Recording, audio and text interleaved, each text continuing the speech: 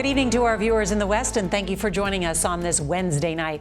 We begin with some breaking news right here in Washington, with the House of Representatives passing a bipartisan deal to raise the debt limit. The legislation allows the U.S. government to spend more money and pay its bills. The current debt is $31.8 trillion and counting. The bill now heads to the Senate as Congress races against the clock to prevent what could be disastrous consequences for the U.S. economy.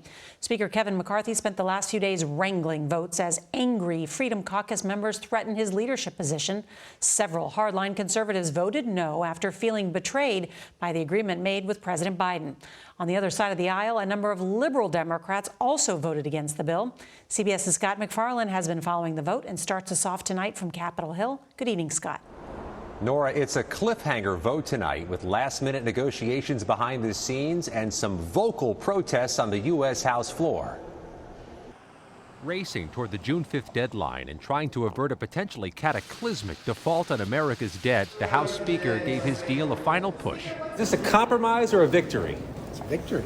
A victory for the American people. It's the largest cut that Congress has ever voted for. He and President Biden expected they'd need dozens of Democrats to join Republicans to get it passed. I think things are going as planned, God willing.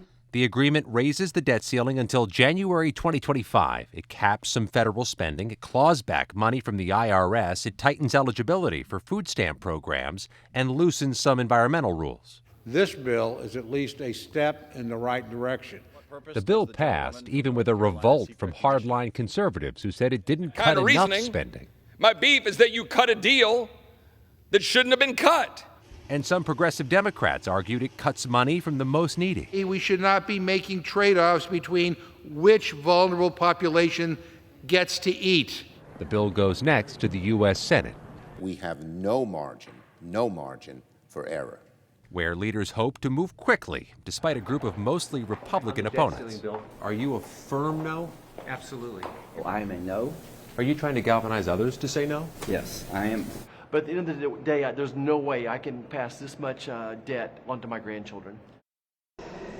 One of the deal's biggest critics, Senator Rand Paul of Kentucky, tells CBS News he won't slow down the vote with any parliamentary procedures as that Monday deadline quickly approaches. Nora?